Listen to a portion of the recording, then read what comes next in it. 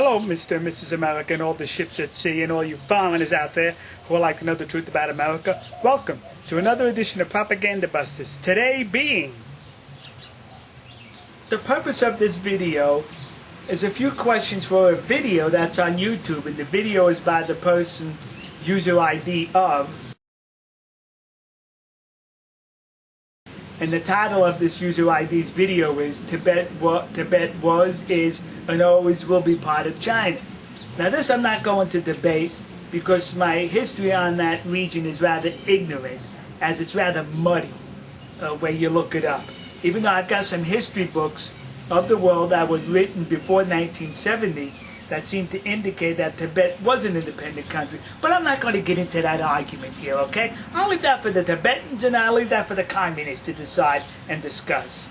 What I want to do is address a few items in this video. First of all, some of the later photography in the video is very beautiful, and the music was outstanding. I really enjoyed it.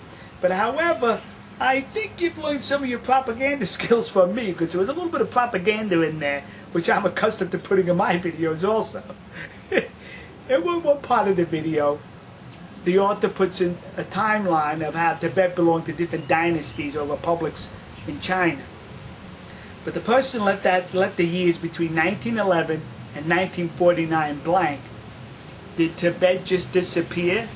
Did it enter a parallel universe? What happened to Tibet between 1911 and 1949? My notes are flying. Then the author goes on to mention about the infrastructure of Tibet, on how the Chinese invested billions or millions, whatever, a heck of a lot of money into upgrading the infrastructure in Tibet. And you know, when you look at photographs of Tibet, you can see where there's been recent improvements in the infrastructure there. But I ask you this. You invested all that money into Tibet, but why is it the Tibetan people themselves still want to shake off the yoke of communism? Why is it they still don't want you oppressing their culture? Are they ungrateful? Or do they hold their culture in a higher esteem than a bridge or a railroad? Then further on, you go on with some of your facts, which aren't factual. And you mention the fact that, well, you're not the fact, but you stated to be a fact, that the United States absorbed or took over the Free Republic of Texas. The United States didn't take over the Free Republic of Texas. The Free Republic of Texas voted to join the United States of America.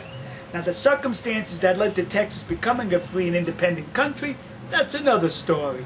But however, it was a free and independent country when the citizens of the Republic of Texas voted to join the Union. As a matter of fact, out of the 50 states in these here United States, that was the only state that entered the Union as an independent country. See? You can tell me about Chinese history, you can tell me about Tibetan history, but don't you try to tell me about American history, kids. Okay, see you folks. Okay, see ya. God bless. God bless America, and God bless the country you happen to be in. See you folks.